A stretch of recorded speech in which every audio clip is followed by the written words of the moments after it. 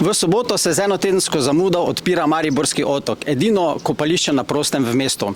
Če je bil lani razlog za zamudo obnova tega mostu, se je letos zgodila težko pričakovana prenova samega kopališča, ki ima danes povsem drugačno podobo. Kakšno? Gremo pogledat. Te občutke, ki jih tukaj prisotni sedaj doživljamo, morali povabiti vse Mariborčane in obiskovalce, da si pride to čim prej ogledati. Od sobote naprej bo to mogoče. Zgodba pa gre malo nazaj, najprej v leta med prvo in drugo svetovno vojno, ko je naš slovenski župan, gospod Juvan, zgradil to kopališče, in to v času, ko se je še v reki Dravi, tam, kjer jo zdaj urejamo, na Brežje, na Lento, dalo čisto normalno kopati. Zraven tega je uspel zgraditi tudi most, ki smo ga prav tako obnovili. In sem zelo vesel, da smo zdaj po teh dobrih 70 letih se fazno lotili urejanja Mariborskega otoka, pričeli prvo leto z ureditvijo ceste, varnosti, vrisom kolesarskih stez in poti za pešce, osvetlitev še sledi. Potem dolgotrajna prenova mostu, ki je sedaj tudi boljše in osvetljen in rešen vse inštalacijske navlake. Faza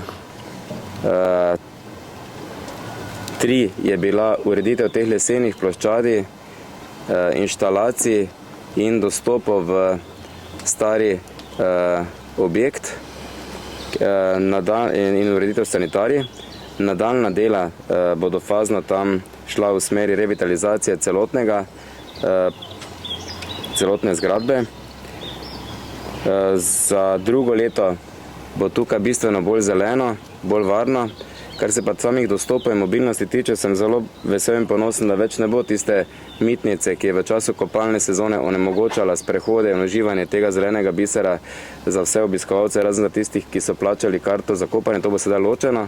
V tem delu, kjer smo sedaj, boš moral imeti drugo leto karto za kopanje. Ste pa že verjetno opazili, da je urejeno parkirišče bistveno boljše.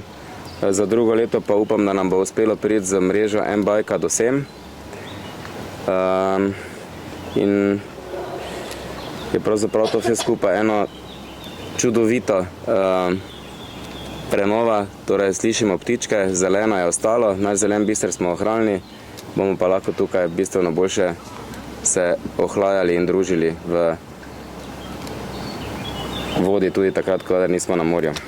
Kar je najbolj pomembno je, da smo letošnje leto pripravili kar pester program, v katerega smo vključili tako Zvezo prijateljev mladine kot Mladinski kulturni center kot Zavod Mars. Z njimi bomo počeli veliko novih zadev, in sicer imeli bomo delavnice, čitalnice, imeli bomo umetnost v naravi, imeli bomo jogo smeha, imeli bomo telovadbo, imeli bomo otroški kino, imeli bomo lutkovne predstave.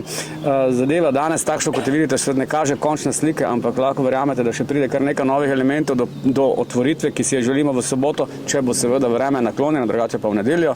Prav tako v bistvu je zelo pomembno tudi, da smo letošnje leto naredili eno posebnost, ki jo moram posebej poudariti, in sicer z Zvezo prijateljev mladine smo naredili akcijo Podari karto za otroka.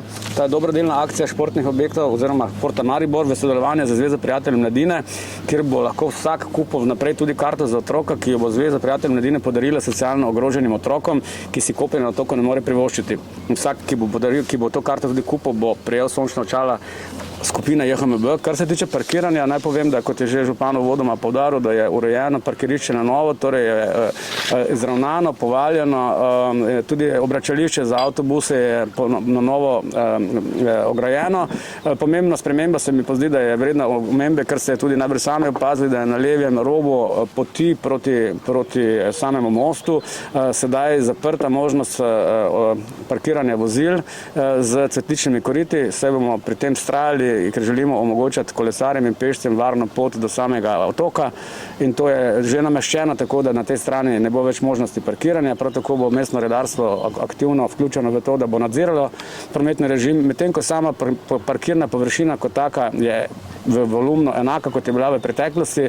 Pomembno je pa dodati, da smo razširili parkirna mesta za invalide iz prejšnjih 2 na 5 invalidskih parkirnih mest in mislim, da je to tudi primerno za to, glede na ta volumen, ki ga imamo. Kar se tiče avtobusnega prometa, moram povedati, da imamo tako kot v preteklih letih tudi letos organizirano posebno linijo 8 Maribor AP Terme Fontana, en otok, ki teče v bistvu od avtobusne postaje, glavne avtobusne postaje vsak dan od 8:30 do 19:45 iz odhodi avtobusne postaje, zadnji avtobus pa bo iz Mariborskega otoka odhajal ob 20:15 in bo stal neposredno pred vhodom na most.